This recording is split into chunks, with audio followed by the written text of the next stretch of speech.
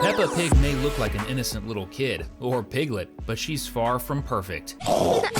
Did you know she's already taken some pretty wrong actions throughout the show? This is the worst! Yes, Peppa has been really cruel to many people, and one of her main targets is George, her little brother.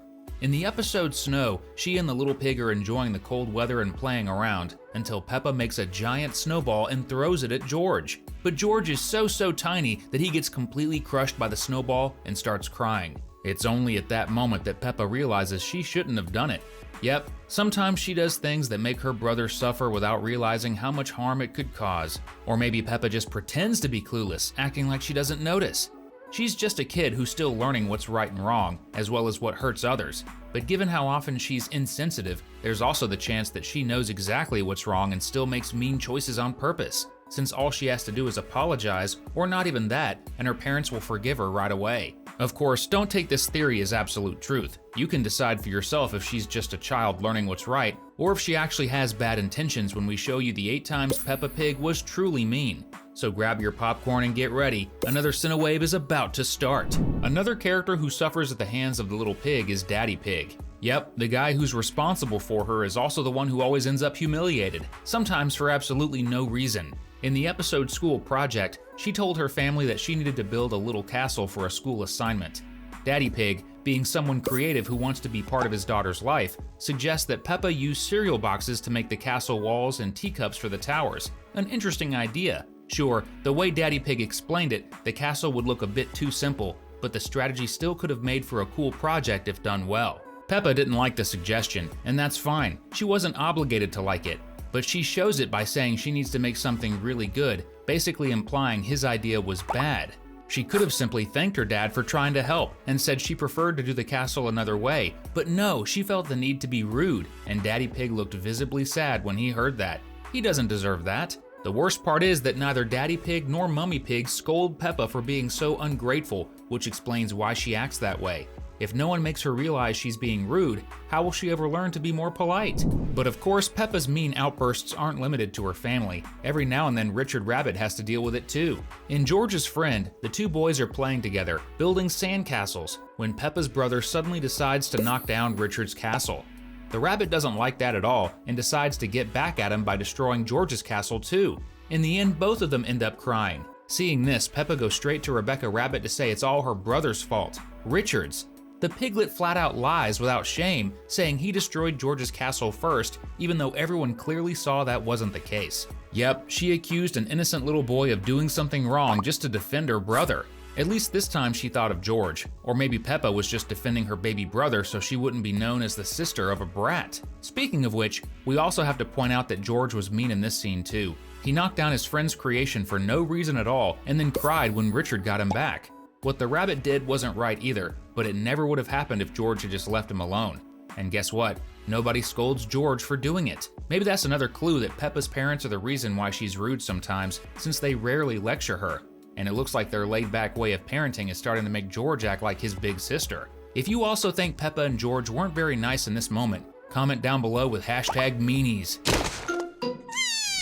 After hearing all this, you've probably realized that Peppa isn't always a sweet little angel. But did you ever imagine that she once showed the desire to literally eat someone? In Mr. Potato Comes to Town, a famous TV presenter who's a giant potato visits Peppa's class. He tells the kids that eating fruits and veggies is extremely important.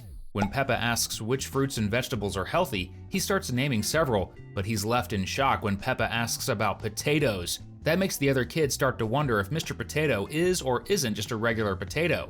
The presenter stayed silent and only spoke again once that subject was over, almost like he was afraid of being attacked and eaten by the kids if he answered the wrong way. Here, Peppa doesn't seem to have been cruel on purpose, but bringing up the idea of eating potatoes right in front of Mr. Potato was pretty disrespectful. What do you think? Another time Peppa didn't consider little George's feelings was in the episode where he catches a cold after playing in the rain.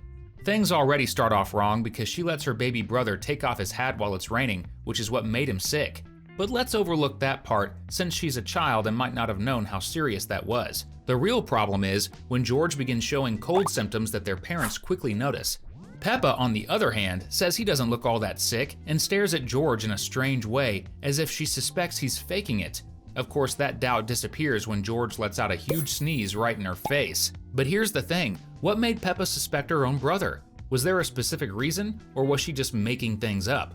Well, the piglet might have good reason to believe that if she herself is used to pretending to be sick to skip school.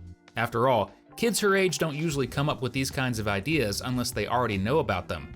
If Peppa pretends to have a cold when she doesn't want to go to school, she might believe George could do the same. While George loves Mr. Dinosaur, Peppa also has a favorite toy, her teddy bear, Teddy, who she's always playing with.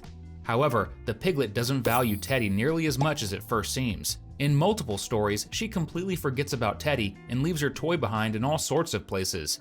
In the story arc where the pig family travels to Italy, Peppa leaves Teddy in places she would never pass by again. The teddy bear would have been totally lost if it weren't for an Italian policeman who always brought it back to Peppa. Otherwise, Teddy would have been left on a plane one time or forgotten forever in Italy on another occasion. It would be understandable if she had forgotten her toy just once or twice, but this happens way too often.